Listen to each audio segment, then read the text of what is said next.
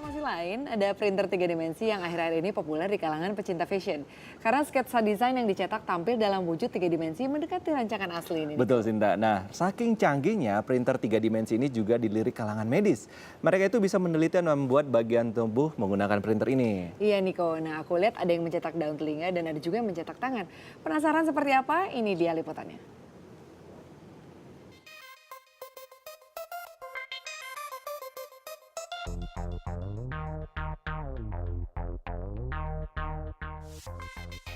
Printer 3 dimensi alias 3D printing menjadi pusat perhatian banyak orang. Printer cerdas ini banyak dipakai di bidang fashion karena kepraktisannya. Benda hasil desain bisa diprint dan mendekati bentuk aslinya. Nah, berdasarkan prinsip itu pula dunia medis mulai melirik manfaat printer 3 dimensi ini. Baru-baru ini, printer 3 dimensi digunakan untuk memproduksi benda yang menyerupai anatomi tubuh manusia. Ada RoboHand. Sesuai namanya, RoboHand menjadi alternatif pengganti tangan bagi yang membutuhkan. So this is RoboHand. What's really cool about RoboHand is it is a 3D printed replacement set of fingers for people who were either born or accidentally lost their digits. RoboHand dicetak dengan printer 3 dimensi menggunakan tinta berbahan kolagen. Dengan bahan ini, RoboHand bisa bergerak lentur dan fleksibel. Tak hanya tiruan tangan, printer 3D juga bisa menghasilkan bentuk telinga. Bahan yang dipakai sama, yaitu kolagen. Setelah dicetak, replika kolagen ini akan tumbuh menjadi tulang rawan. Hanya dalam waktu 3 bulan, bentuk telinga tersebut dapat berfungsi seperti telinga manusia sebenarnya.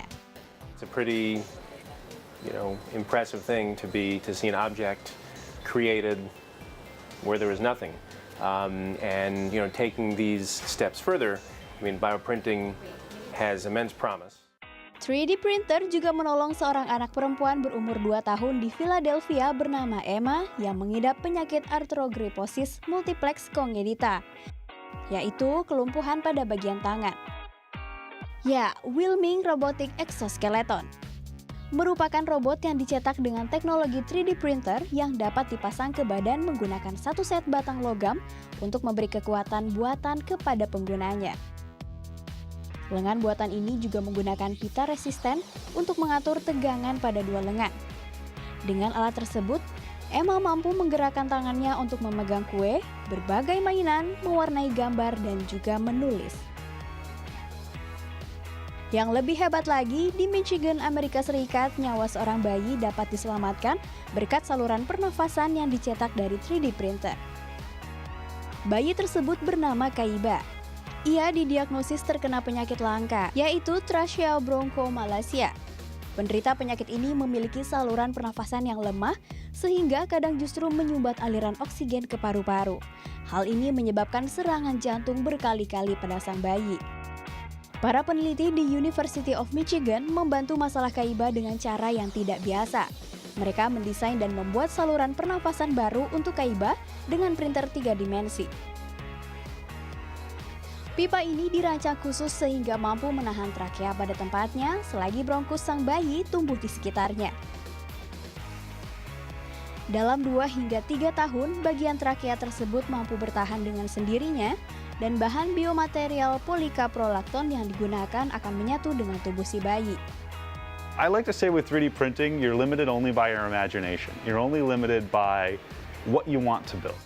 Bayi Kaiba adalah nyawa pertama yang berhasil tertolong berkat produk printer 3 dimensi. Teknologi yang bisa diaplikasikan dengan printer 3 dimensi ini merupakan secercah harapan untuk pengobatan yang lebih terjangkau. Karena produk serupa yang dihasilkan printer ini hanya menghabiskan biaya sekitar 1/3 dari produk buatan tangan. Tak hanya itu, harga satu buah printer 3 dimensi juga masih terjangkau, yaitu sekitar $2.000 Amerika atau 20 jutaan rupiah.